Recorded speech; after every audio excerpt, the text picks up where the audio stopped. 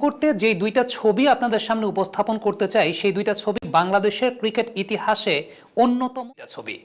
Australia বাংলাদেশের মধ্যকার match চলছে এবং এই ম্যাচে বাংলাদেশি একজন এক্সপ্রেস ফাস্ট বোলার অস্ট্রেলিয়ানদেরকে চোখ রাঙানি দিচ্ছেন, অস্ট্রেলিয়ানদেরকে শাসাচ্ছেন।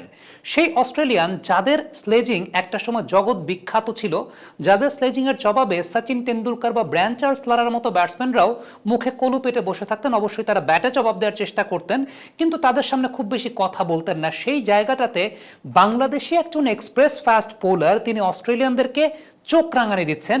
এও সম্ভব, এও হয়। অবিশ্বাস্য, অকল্পনীয় একটা চমৎকার ছবি বাংলাদেশের ক্রিকেটের পার্সপেক্টিভ থেকে, বিশেষ করে আমাদের প্রজন্ম যারা টেস্ট স্ট্যাটাস পাওয়ার আগে থেকে বাংলাদেশের ক্রিকেটটাকে ফলো করে এসেছি বা বাংলাদেশের ক্রিকেটটাকে দেখে এসেছি, তাদের কাছে তো অবশ্যই এটা একটা অবিস্মরণীয় ছবি। কারণ বাংলাদেশের একজন এক্সপ্রেস ফাস্ট বোলার এইভাবে চোখ রাঙানি দিচ্ছেন, সেটা আসলে আমরা অন্তত কল্পনা করতে পারতাম না। এবং এই ধরনের ছবি আমরা নাহিদ রানার কল্যাণে সত্যি কথা বলতে দেখেই ফেললাম। সেই নাহিদ রানা, যেই নাহিদ রানা একটা সিরিজ শুরুর আগে অপোনেন্টের জন্য এই মুহূর্তে সবচাইতে বড় থ্রেট থাকেন। এর আগে আমরা শুনেছিলাম যে বাবর আজম নাহিদ রানাকে খুব বেশি ফেস করতে চান না বা চাইবেন না নাহিদ রানাকে ফেস করতে।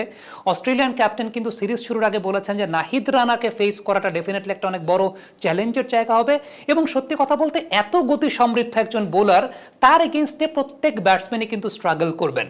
সত্যি কথা বলতে নাহিদ রানাকে 2024 সালে যখন আমরা বিপিএল এ কমেন্ট্রি করছিলাম টি স্পোর্টস এর হয়ে, তখন আমি বাংলাদেশ এক্সপ্রেস বলে সম্বোধন করেছি।